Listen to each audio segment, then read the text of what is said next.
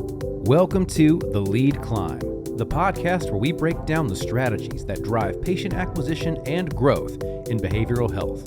Hosted by Growth Sherpa Consulting, we bring you expert insights on digital marketing, admissions, business development, and more, so your treatment center, mental health clinic, or private practice can thrive. Whether you're a CEO, admissions director, or marketing pro, this is where you'll find the tools to scale smarter. Follow us up the mountain. Let's lock in. Thank you for joining the podcast, first in-person one. So oh my gosh, this is so nice. It's so nice to spend time with you. Yeah. So what's new? What's new? Well, I mean, just a lot of things cooking here at Galen Hope. We're expanding our program to bring in residential for especially adolescents, but also for adults. We just are seeing more and more, we're getting more and more calls of adolescents that are struggling both with primary mental health and primary eating disorders. So that's something that we're pretty excited about, to expand the services there.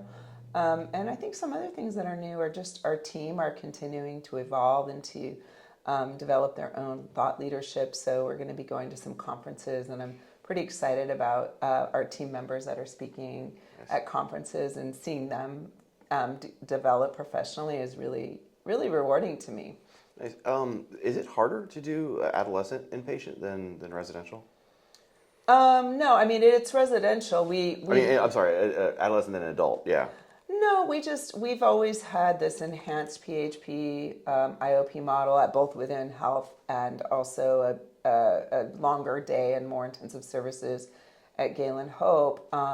But we've had a lot of calls from families who have adolescents that they want to come into our program, but in a PHP setting, the family has to come down in order to give them the overnight support. So we're modifying that so we can do residential for those that families cannot come down if they're appropriate for residential. Probably makes a lot of sense. Yeah, right? and this, I think it's just that people are recognizing the importance of this model of care, which has more intensive family work happening in it, with we're very principled about our family involvement with family education, family coaching, and family therapy.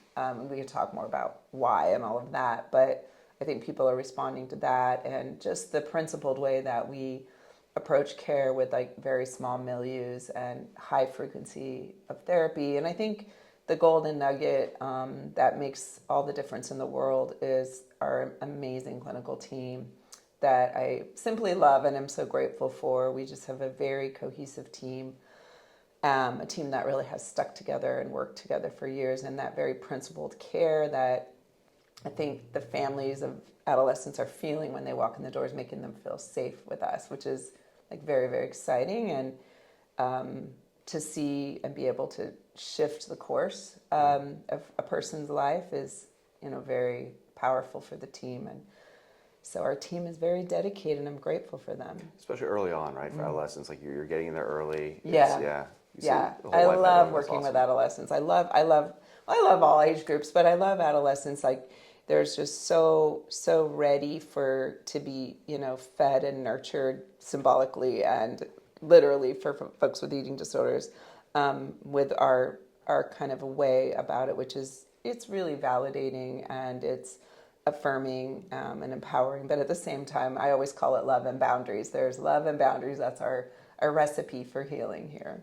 Yeah, and for me, I joined the behavioral health space pre-kids.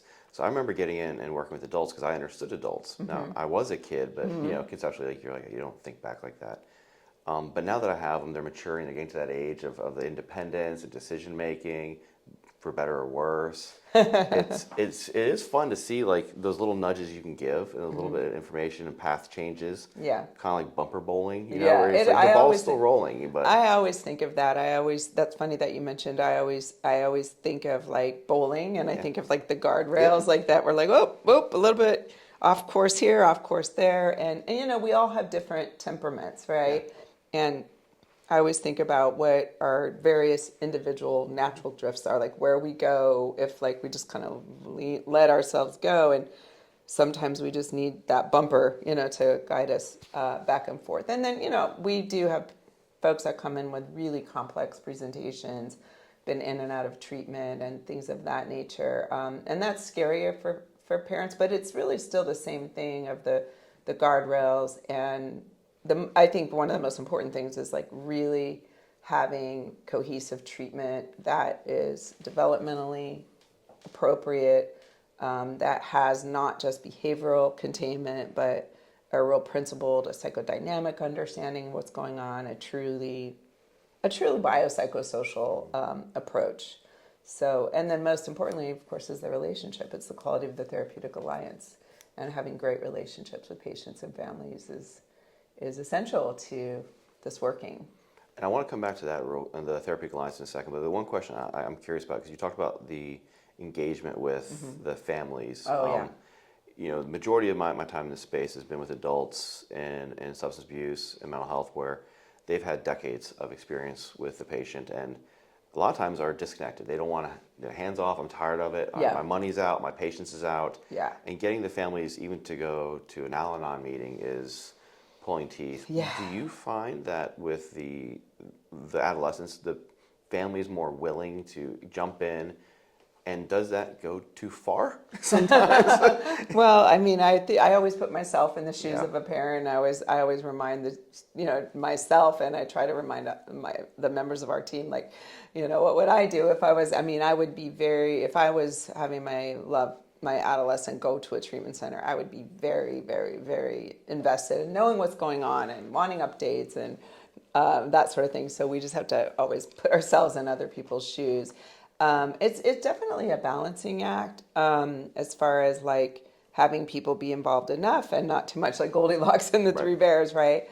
And again, it goes back to that natural drift. Sometimes you'll run in with families where there's like, usually it's like one parent that's way, way, way kind of very, very invested and wanting a lot of time and interaction, which is completely normal. And then you have another parent that might be sort of checked out more. And so it's really helping that person who's more checked out get on board, engaging with them, and then helping that person that's like very vigilant about what's going on, building rapport and reassurance. And like a lot of times it's like kind of setting expectations and creating a frequency of contact so they know, okay, I'm going to get updated in this way or in this way, whatever it actually is. So you can kind of lay that out for them, because so often when people come into treatment, the families aren't really sure what to expect. They're just flying by the seat of their pants, which of course activates their anxiety, right? And so if you set the stage in the beginning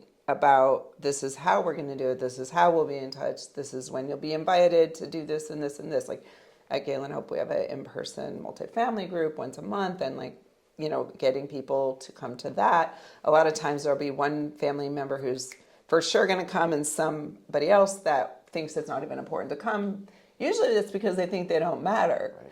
It's not that they don't care. They just don't think they matter. That's interesting. Yeah. So it's planning it out and showing the person the course of treatment from the get-go. It creates trust because they understand, this is how it runs, not just drop your kid off and we'll call you. Another thing that we do, some of our clinicians have led some groups with the families that is called, and this is a very technical term, but it's called treatment interfering behavior. Mm-hmm. So helping families say, this is like treatment interfering behavior, this, and put a name on it, and not pathologize them. Not like, how dare you do this, you're a bad parent, you're intrusive or whatever, but just like, these are behaviors that might come up for you because you're scared. And helping them label it, helping them know that we understand it and this is how we're going to approach it, can really help. And then another thing that you can do to set expectations is you can help families and loved ones to kind of know this and this and this are possibly / likely going to happen. Like, your loved one's going to say they're ready to go before we think they're ready to go. Example. Your loved one's going to get mad at their therapist. The people here are so mean. The food is so terrible. My bed is so uncomfortable. Everything, right? Yes. So all the different, we just try to identify that and like speak about it with loved ones ahead of time, because when it happens, then they're less likely to be as reactive around it. So I've always really believed in trying to do that. Again, these are things that I would just need if I was a parent. And I just also want to say that a family member's response is really, in a sense, it's around their natural attuned response to the loved one. So if their loved one has been struggling tremendously in some way with an eating disorder, primary mental health, whatever, their nervous system is activated. They're responding to that person's needs and their, struggles around self-care and survival and ability to thrive and all that. So it's really a very biological thing, that reaction that we have to somebody who's struggling, especially if you're a parent or a caretaker. We're jumping in because we see and feel and experience something that's not okay. Our antenna is up, and oftentimes there's trauma for the caretaker. So depathologizing that and normalizing that and comforting and soothing and identifying that is very, very important with families. That's interesting. So I did my graduate thesis on physiological effects of stress in the workplace. Oh, wow. One of the things that, really came to me while doing the research was, we have these nice operating zones of cortisol, right? And you have the too low, and obviously there's issues there. Yeah. And the too high, the stress responses. And as you're saying, is actually the first time I thought about this in all these years is, I'm sure the parents and the caretakers are almost at the top. And the second you go into treatment, it's right over, right? Yeah. And then all those, you said the treatment, interfering behaviors? Yeah. All those are now, that's now their, their main mode because they're in hyper-cortisol, hyper-stress response. Exactly. And that's very interesting. Yeah, and I think it's just so important to have our care providers in our programs understand it, and again, not pathologize it, and be able to identify it with compassion. Yeah. Wow, that's very interesting. Also, and I appreciate you saying it being a natural response. I just keep thinking about myself yelling at my kids' sports games and being that parent and the coach. Steve, shut up. We are the coach. Fine, I'll sit down. So Lisa, it was funny. I was just on a phone call with my my son, who's an artist. I think I've told you about him before, and this gentleman that's helping him with his art marketing and everything. And so I got on the phone with them, and and I was like, blah, blah, blah, blah, and then afterward, and my son is a smart guy. He can speak for himself. And afterwards, the gentleman who we were talking to said, we could talk on the side, but let me just talk directly with Chinadu. I think that'll work better. And I was like, okay. Yeah, it's fair. It's hardwired. It's hardwired. It's hardwired. Absolutely. Awesome. So you brought up earlier clinical alliances, right? Yeah. And so obviously knowing what I've done in this space for all these years, for me, it doesn't start at admission. It starts with the marketing pieces and the outreach and the referral partners you choose to work with, and everything on the front end. And you guys have done a great job of that here at Galen Hope. Chloe's awesome, and obviously with Within. So what do you do? Someone running this organization has run programs for all these years. How do you ensure that your clinical alliance starts way up here versus in many of the programs I work with, they think it starts at admission. Right. Tell me a little bit about that. I'm curious about that. Oh, goodness. I mean, first of all, again, it goes back to empathy and putting yourself in the other person's shoes. I think it starts with how much suffering has happened by the time somebody actually picks up the phone and calls us, right? There's been a lot of torment and despair by that time. So that first contact is whether that person that picks their phone is a clinician or not a clinician. It's a therapeutic. It's either a therapeutic experience or it's not. Sometimes I try to remind staff that everything we do, like every interaction in some way or another, it's going to sort of help the therapy or it could block or interfere. Try to remember that you really, all the members of your team are so important. And I always try to emphasize that at all my programs for my life, certainly at Within and at Galen Hope. For example, the care partners matter so much. But that first person that's picking up that phone, being kind, being receptive, being available, being consistent, being reliable, it's all about, I'm in pain as the person calling and I'm vulnerable. And the question the person's really asking when they call is this a safe place? They're not going to have the same trust and confidence in your organization if they're not feeling safe from the get-go.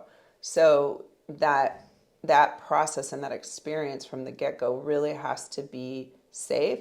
And also, I think it needs to be meaningful and impactful. It's not just about being nice.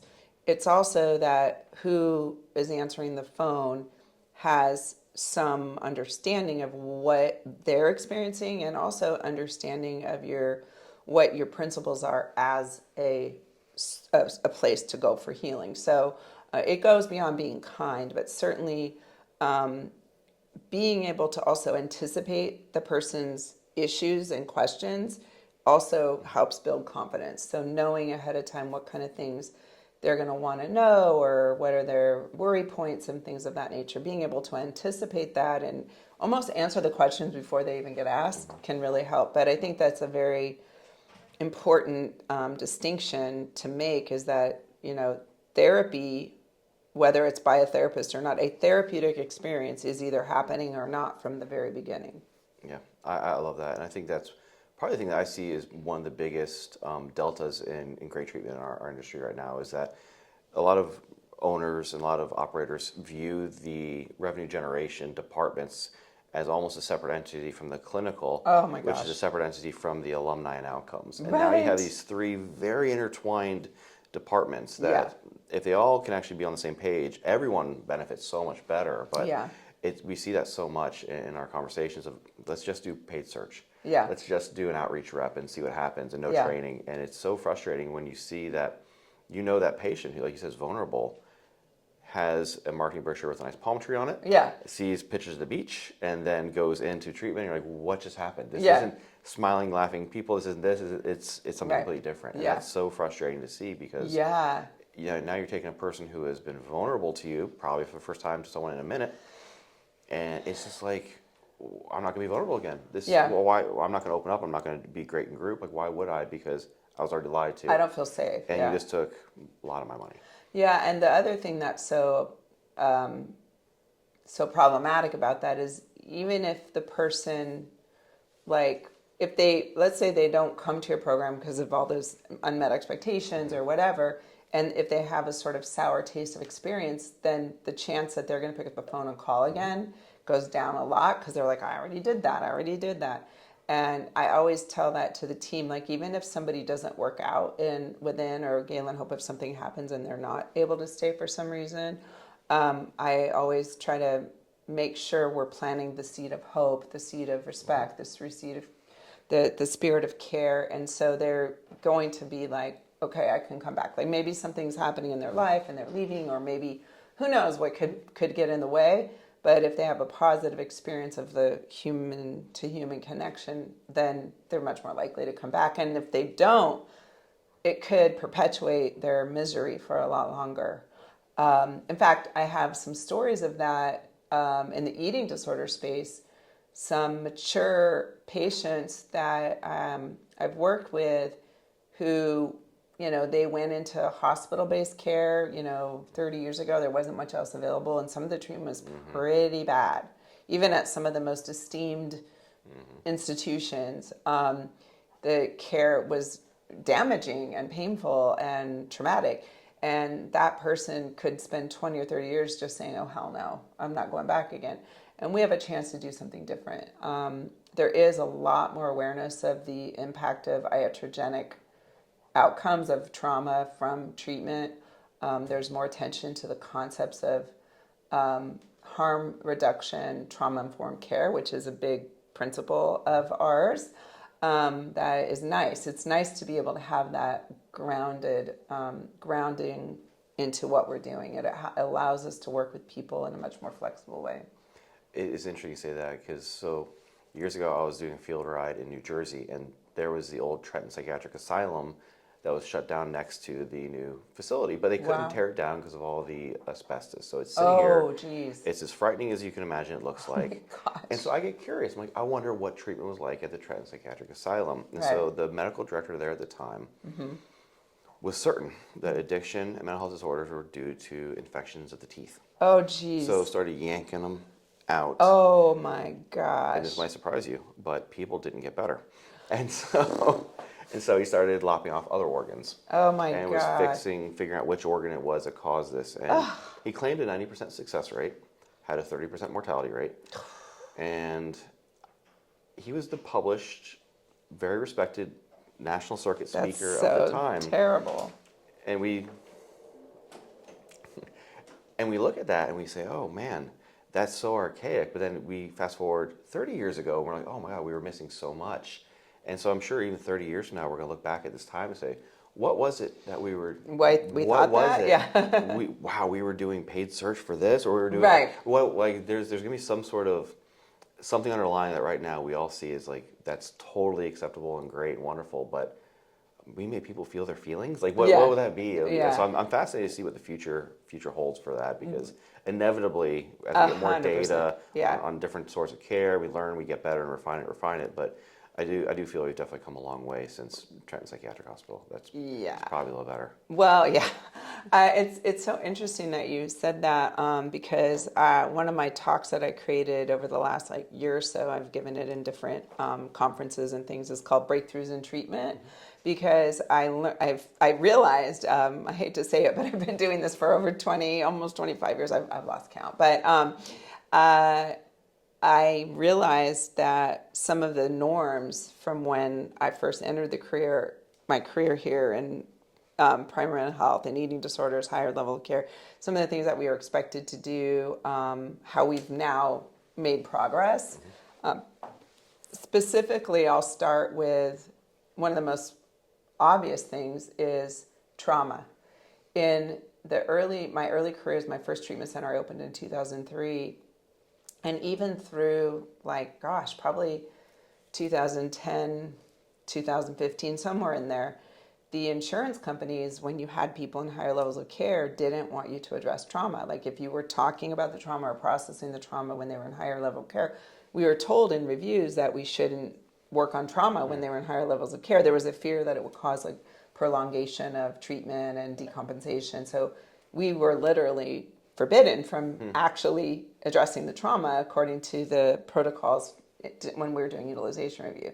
And wow, what a breath of fresh air now that we can actually address trauma. And there's so much research that supports the importance of addressing trauma. Dr. Timothy Brewerton was was the most prolific at creating this research, and he became familiar with the trauma because he worked with a person that had DID and an eating disorder, and so that led his whole career down that path of exploring trauma with eating disorders. And his research with many other sources of research really informed the field. So now people are always talking about how they're trauma informed and whereas it used to be that it was not even permitted. Another example of that is the principles of health at every size. When we were first trying to educate the field around these ideas and what it really meant, there's so much confusion and backlash, and our eyes were rolled out. I was the chairman of the Binge Eating Disorder Association. Shafice Turner was the founder. It was her idea, and we really held onto those principles at health at every size. But they're just so not understood by the field, and we really took a hit for that. But now, when you talk with folks in the field, they advertise that they're health at every size trained and everything, and it's just funny because at one time we were really kind of thought of as the crazies, and now it's people know what it is. But it's nice too because I see the progress in the field with that, like you're talking about, and I love working with younger clinicians now because man, they're health at every size. They're they're gonna be really, steadfast in their approach, and harm reduction. They really understand that and they care about it. And these are things that were not embedded into the treatment world when I first began. So I think this would be really great to talk about because I'm interested, as you're in that position of, what do they say? The person through the wall first has the bloodiest nose, or something. Oh, like that. Yeah, for sure. I have felt that a lot in my career. I've always pushed. I always try to push. I still try to push the boundaries. I have a hard time if I see something's wrong. Yeah. I can't just shut up. It's a total flaw. I have a little thing like that too. Yeah, it's awful. So how did you professionally go through that phase where you're able to say, I'm taking it. This is tough. I'm taking it from all sides. Yeah. But this is the right way of doing it.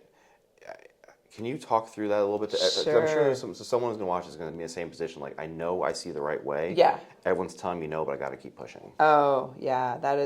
Thanks for asking that question. I think there's a lot of people who have contributed to the breakthroughs in the field that have definitely felt that way. Like Marsha Linehan with DBT, you know, she was hospitalized and, you know, people thought it was a little kooky what she was doing at first. Then the development of EMDR was another area where there was a clinician who first figured it out that, wow, she felt calmer when she was just walking through a park and her eyes were going back and forth, and she recognized that she felt calmer in that situation. And that was like the inception of EMDR, but it seemed pretty crazy at the time, right? For me, that really came to a head when I was involved with the BETA organization. And it was an organization that struggled financially because, primarily, I think, because of weight stigma. And it was sort of thought, oh, the people in larger bodies are those bingers. They're just these gluttonous people, and they don't really deserve care because it's, you know, not as serious of an eating disorder and that sort of thing. So there's a lot of like burden around the BETA organization that just had to do with the field embracing like the importance of that diagnosis, which has changed now a lot. But I remember taking a lot of backlash for the HAES approach and people saying, oh, you shouldn't have a conference anymore and things like that. And what really held me through that is that Rosa Parks quote that I'm going to not get it exactly right, but it basically, she said, you must not be afraid of what you're doing when what you're doing is right. And that helped her, right? And so obviously we all are subject to our own biases, but I really believed so strongly, probably because of my own lived experience and the principles that like held up BETA. And so even though we were taking those hits, like bloody nose, like you said, I was like, this is right. I have done this for a while. I've had my own lived experience. I've treated enough patients that I'm going to hang on to this and I'm going to do what's right and I'm going to put it forward because there's a lot of suffering out there. If we don't get this right and if we don't push forward, people are going to continue to not get the right kind of treatment and have more internalized shame and more weight stigma and more suffering and more weight cycling. And I've got to push forward because this matters. And it was just, you know, one of our therapists, my first treatment center, told me as feedback, she goes, Wendy, you have to get more comfortable if making other people uncomfortable. You know, it's like you have to be okay that you're not going to always make people feel comfortable. Right. And obviously never being inhumane, but like just recognizing, I might make somebody uncomfortable. Yeah. And then, you know, I've said it before too. It's like, I'm not in this field to win a popularity contest. I'm here to execute excellent care for human beings that put their trust in me and our teams. So I'm going to follow my principles and my experience and do my very best to leave that person in a much better place than I found them. And so I might take some heat for that. Right. Doing it the way that I feel is important to do it. Awesome, I appreciate it. And we're feeling it same thing at Growth Shop right now is we saw like a lot of the patient acquisition. There's 7,500 treatment centers in the industry, right? 7,500 in America, 15,000 worldwide. Is that like all forms of behavioral health? Yeah. Okay, behavioral health. So not 7,500 in America. Ooh. So it's a lot, right? Yeah. And we look at a lot of people who open treatment centers, right? It's people who care a lot about well-being, but might not have the business acumen, might not have the clinical acumen, but just want to do something. Right? Yeah. There's a piece of it there, and I think we've told ourselves lies in this industry for a while, where we say we're just going to pump more into paid media, we're going to pump more into PPC, we're going to do these sorts of activities, we're going to trade blues for Aetnas and hope it builds. This is a relationship. That's not a relationship. It's transactions, and I think what we're missing is 93% of patients who meet clinical criteria don't get help on an annual basis. So that's terrible. It's awful, and all 7,500 programs would be robust if we were focused on finding the right fit for your right program and providing the right care and right sizing versus just trying to jam in the right payer. Right. And so that's a lot of the battles that we're fighting right now is let's let's find your clinical product. Let's make it your mission vision statement. Let's take all these wonderful things, and that's your outreach strategy, not the lies we've been telling ourselves. We need a rep. We need we need these three things, and we'll be fine. And then the payer reimbursements keep going down relative to inflation. That's terrible. And then so I think that's a good thing to teach people as you do your work, because if people think it's just about filling those domains of marketing, that's what brings you the patient. Like, that might bring you the patient, but is it going to actually be the right patient for your program, etc.? So speaking to the clinical points is really part of, like, it is part of it's patient acquisition, you can call it that, but at the same time, it's like doing the right thing for the human beings that are exploring the programs, right? One of the things I'm most excited about is there's some tools now that can actually show outcomes by really specific demographics by therapists. So if your clinical program says, okay, we're a young male program, but then you look and you say, oh, actually our best outcomes are with middle-aged females. That information is so powerful to an executive to say, okay, well, either we're going to need to get more training or better at that, or we need to change everything. But once you know this, you can then go back to marketing. That's very rich. And it's so cool to be able to then patient type based off of outcomes. And then all of a sudden now you're having this full circle of better patients, better outcomes, better patients, better outcomes. Well, it's also, I guess, so better for the clinical team too, right? Yeah, exactly, right? Exactly. You're not forcing it, right? Yeah. So one of the things that I think really is a game changer is to really pay attention to measurement-based care as you're doing the treatment.